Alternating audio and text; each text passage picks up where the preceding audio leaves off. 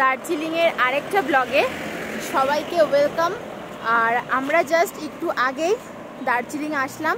আমাদের যে হোমস্টে রিভা হোমস্টেতে আমরা আছি, আর একটু আগেই খেয়ে দিয়ে এখন যাচ্ছি কোথায় দেখা যাক। এখন যাচ্ছি মেলের দিকে, চলো যাওয়া যাক। আমরা দার্জিলিং পৌঁছেছিলাম 23শে ডিসেম্বর। তার আগে আমরা কোথায় ঘুরতে গেছিলাম সেই ব্লগগুলো আস্তে আস্তে তোমাদের সাথে শেয়ার করব। আর যেহেতু ক্রিসমাস সবেই গেল, তাই ভাবলাম তোমাদের সাথে এই ক্রিসমাসের ব্লগটা শেয়ার করি। আর আমরা ক্রিসমাসটা কিন্তু দার্জিলিংয়েই সেলিব্রেট করেছিলাম, খুব মজা হয়েছে। এখন আমরা যাচ্ছি ক্যাভেন্টার্সে। দেখো কি সুন্দর করে সাজিয়েছে। শুধুমাত্র ক্রিসমাস উপলক্ষে ক্যাভেন্টার্সই না, পুরো দার্জিলিং কিন্তু নানা রঙের আলোতে সেজে উঠেছে, সেটা রাতেই বোঝা যাবে। আমরা চলে এসেছি এখন মলে আর ঢুকছি ক্যাভেন্টার্সে একটু আইসক্রিম খাওয়ার জন্য। চলো।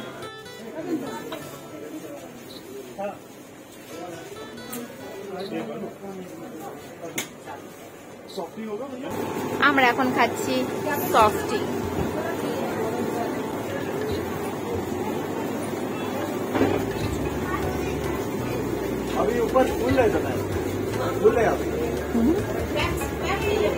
আমাদের সফটি ভেতরে খুব রাশ, বসার জায়গা নেই। ফার্স্ট দিন ক্যাভেন্টার্সের সাথে শুরু হলো। খুব ভালো। আমরা যেদিন দার্জিলিংয়ে পৌঁছেছিলাম সেদিন মলে একটি ফেস্ট ছিল, তার নাম হচ্ছে দার্জিলিং মেলো ফেস্ট। আর দেখতে পাচ্ছ এখানে ফেস্ট উপলক্ষে প্রচুর দোকান বসেছে, এছাড়াও ফটো এক্সিবিশন হচ্ছে, প্রচুর ছবি এখানে রয়েছে। তোমরা যদি চাও তো সেই সময় সেখান থেকে ছবিও কিন্তু কিনতে পারো। এক একটা দারুণ ফটোগ্রাফি। আমরা বেশ অনেকক্ষণ ধরেই দেখছিলাম, প্রত্যেকটা ছবি অসাধারণ। কাঞ্চনজঙ্ঘাকে নিয়ে, এছাড়াও আরও অনেক রকম অ্যাঙ্গেল থেকে অনেক ভাবনা নিয়ে কিন্তু অনেক ছবি তোলা হয়েছে, সেগুলোই আমাদের সামনে তুলে ধরা হয়েছে।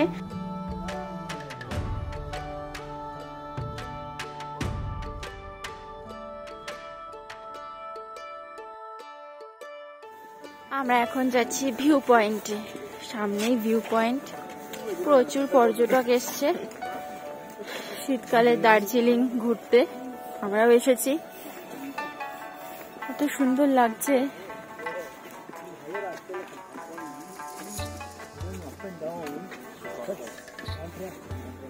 কুইন অফ হিলস, তবে এখন আর দেখা যাচ্ছে না, ঢেকে গেছে। এই হলো সে ভিউ পয়েন্ট। চলো দেখাই, যতটা দেখতে পাই। এখন দেখা যাচ্ছে না ওই দিক, কাঞ্চনজঙ্ঘা হলো ওই দিকটায়, ওই যে পেছনে। এখন পুরোটাই মেঘে ঢেকে গেছে। এখানে চা কফি পাওয়া যায়। ফাইনালি একটু বসার জায়গা পেয়েছি। আর এখন ওখানে অর্ডার দেওয়া হয়েছে কফি না চা, কফি। তো বসে বসে কফি খাবো। আর এত সুন্দর ভালো লাগছে মানে। আর এখন সানসেট হচ্ছে, সামনেরটা অনুভব মানে খুব সুন্দর লাগছে। নীল আকাশ, তার মধ্যে গোল্ডেন রং, আর ওই কোনার দিকে দেখা যাচ্ছে কাঞ্চনজঙ্ঘা।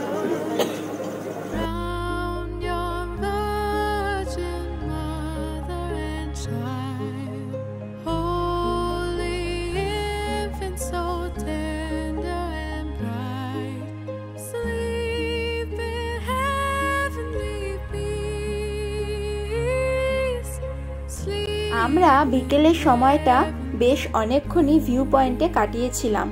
আকাশের এত সুন্দর রঙের খেলা চলছিল, দেখতেও কিন্তু খুব ভালো লাগছিল।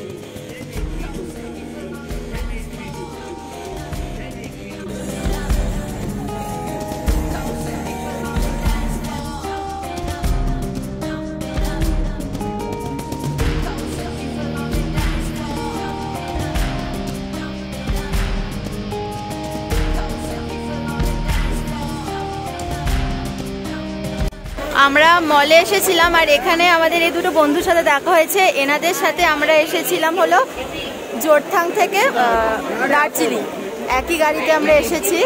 তো নামগুলো বলে দাও। হাই, আমি শিল্পী। কোথা থেকে আসলে হচ্ছে মেকআপ আর্টিস্ট আর প্রফেশন হচ্ছে মেক মার্শাল আর্ট শেখানো। সো ওদের সাথে দেখা হয়ে খুব ভালো হয়েছিল। আমরা একটা জার্নিতে জাস্ট বন্ধুত্ব হয়েছে আর এখন মানে সাডেনলি দেখা হয়ে গেল। তো আমরা এখন খাবার খাচ্ছি আর মজা করছি। খুব ভালো কাটছে সময়টা, সন্ধ্যের সময়টা বুঝতে পারিনি, হট করেই আলাপ হয়ে গেছে আর দেখা হয়ে গেছে। চলো এখন একটু এনজয় করি, তারপর দেখা হচ্ছে।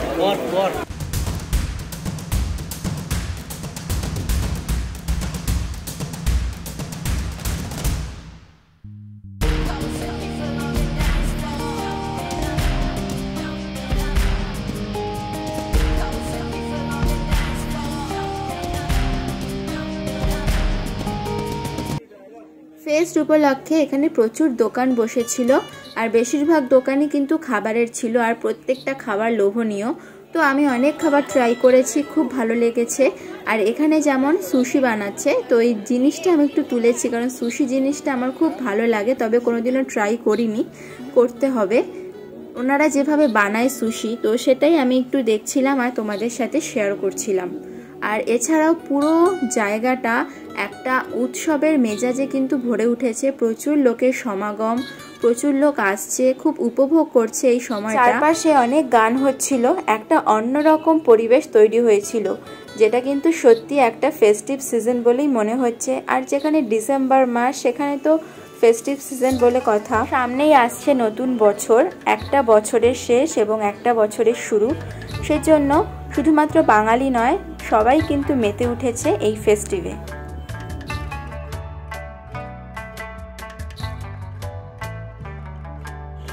সামনেই হলো চার্চ, এই যে 25শে ডিসেম্বর।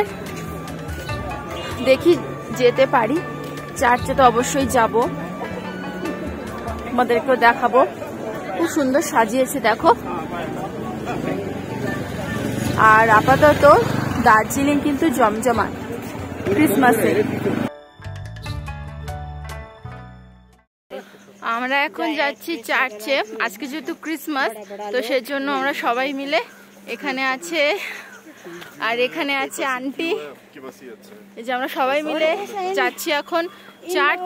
চলো দেখাচ্ছি। দার্জিলিংয়ে আমরা ছিলাম রিভা হোমস্টেতে। সেই হোমস্টের আন্টির সাথে আমরা বেরিয়েছিলাম ক্রিসমাসের বিকেলটা সেলিব্রেট করতে। সেজন্য আমরা যাচ্ছি চার্চে। আর এই রাস্তাটা ধরে গেলেই আমাদের সামনেই পড়ে व्यू पॉइंट। आंटी बोलिए। हाँ, ये है गोरखा रंगमंच भवन, ठीक है। पहला इसको जब हम लोग छोटे छोटे थे तब इसको रविंद्र सदन बोलता था। बाद में यहाँ बहुत एजुकेशन ये सब हुआ, उसके बाद इसको बोला रविंद्र सदन भानु भवन बोलता था। भानु भवन मीन्स हमारा नेपाली का सबसे बड़ा पोएट, हमारा जो रामायण अनुवाद करके नेपाली में पूरा, मतलब अभी सबके घर घर में वही रामायण हम लोग मतलब पढ़ते हैं। उस पोएट के नाम से भानु भवन बना। उसके बाद थोड़ा थोड़ा ये चेंज होते गए, एजुकेशन होते गए। बाद में इसको गोरखा रंगमंच भवन सुभाष घिसिङ ने दिया।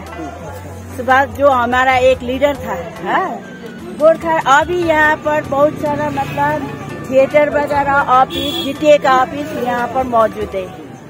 ये इसलिए इसका सिंबल भी गोरखा का ही है। ऊपर में देखो जो एक सोल्जर होता है ना, गोरखा रेजिमेंट का, वो दिखाया गया है ऐसा है। और हम लोग सरस्वती माँ को बहुत मतलब मानते हैं ना, सामने में इसका पूरा स्टैचू। अच्छा, सरस्वती माँ का।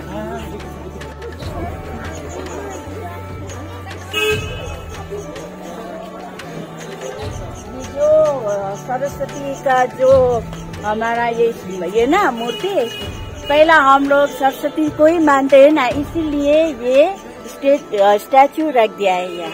अच्छा, इसको प्रेजेंट करने के लिए यहाँ आगे लिख दिया है गोरखालैंड टेरिटोरियल एडमिनिस्ट्रेशन गोरखा रंगमंच भवन। अभी रंगमंच भवन हुआ है। अच्छा, প্রতিমাটা খুব সুন্দর। এইটা হচ্ছে পুরো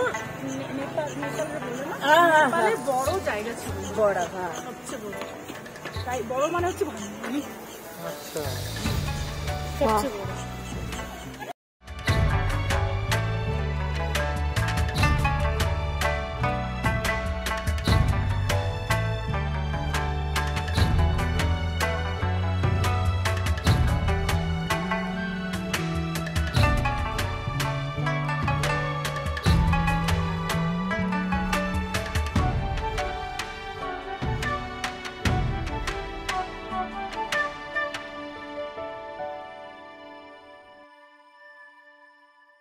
যাই হোক, আমরা অনেক ঘুরে এসে যখন চার্চে এলাম তখন একটা দুঃখের সংবাদ, সেটাই যে চার্চ বন্ধ, শুধুমাত্র 1 ঘন্টার জন্য খোলে সকালে 9টা থেকে 10টা।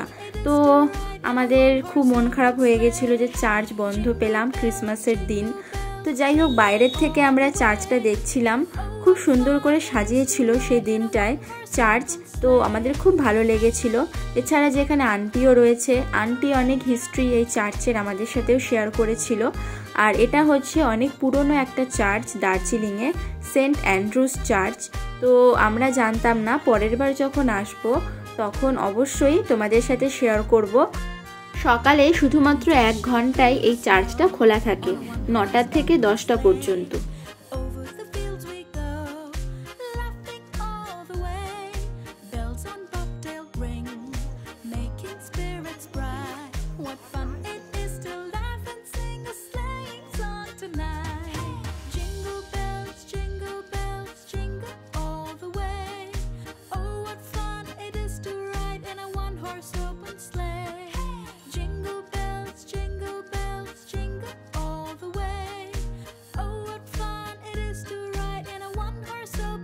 এরপর আমরা চলে গেছিলাম দার্জিলিংয়ের মল মার্কেটে। মল কিন্তু বিভিন্ন রকম আলোয় সেজে উঠেছে, খুব সুন্দর লাগছিল চারপাশে এত রকমের আলো দেখে। এছাড়া বাচ্চারাও কিন্তু খুব উৎসাহিত, এই সময় বাচ্চা থেকে বুড়ো সবাই কিন্তু মেতে উঠেছে একদম ফেস্টিভ সিজনে। আর আমরা যখন দার্জিলিং এসেছিলাম প্রথমবার, তখন দার্জিলিংয়ের অন্য একটা রূপ দেখেছি, পুরো মিষ্টি ওয়েদার। আর এই সময় ক্রিসমাসের সময় দার্জিলিংয়ের কিন্তু আরেকটা রূপ। এরকম বারবার বিভিন্ন সময় দার্জিলিংয়ের এত সুন্দর সুন্দর রূপ দেখে আমরা কিন্তু সত্যি মুগ্ধ।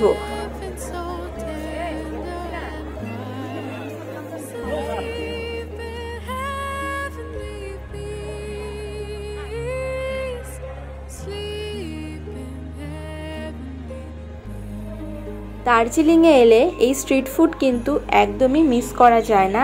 দেখতে পাচ্ছ প্রচুর মানুষ স্ট্রিট ফুড খাচ্ছে, আর এখানে বিভিন্ন রকমের খাবার পাওয়া যায়, ভেজও পাওয়া যায়, নন ভেজও পাওয়া যায়।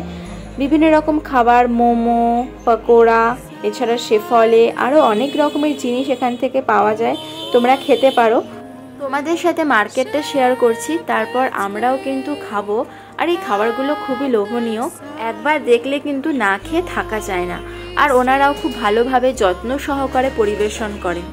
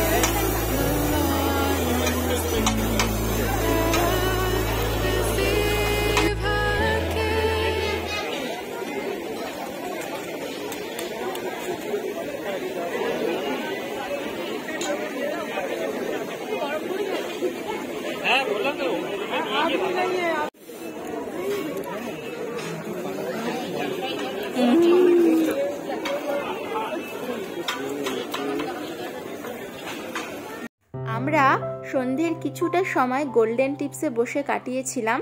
আর ভেতরটা এত সুন্দর করে ডেকোরেশন করেছিল, দেখে এত ভালো লাগছিল।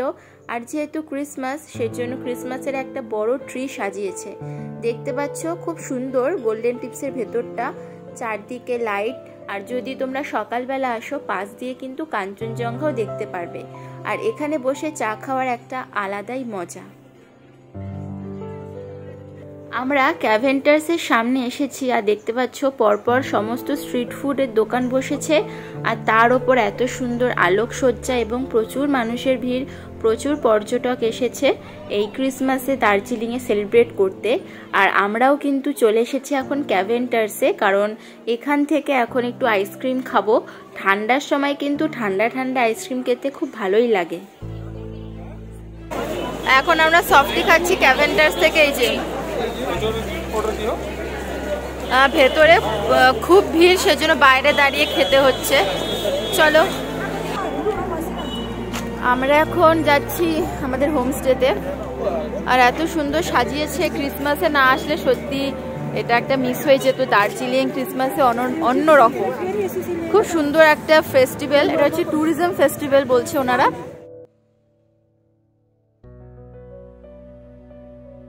অপূর্ব দৃশ্য দেখে মন ভরে ওঠে। আর এই যে আমাদের রাস্তা, মেলে এত লোক, আর এই রাস্তায় লোক নাই, শুধু গাড়ি আছে। কিছুক্ষণ বাদে বাদে গাড়ি আসছে এখন একটা অনেক দূর থেকে আওয়াজ পাওয়া যাচ্ছে, হুশ করে বেরোবে। এই লাইট দেখা গেছে, চলে এসছে।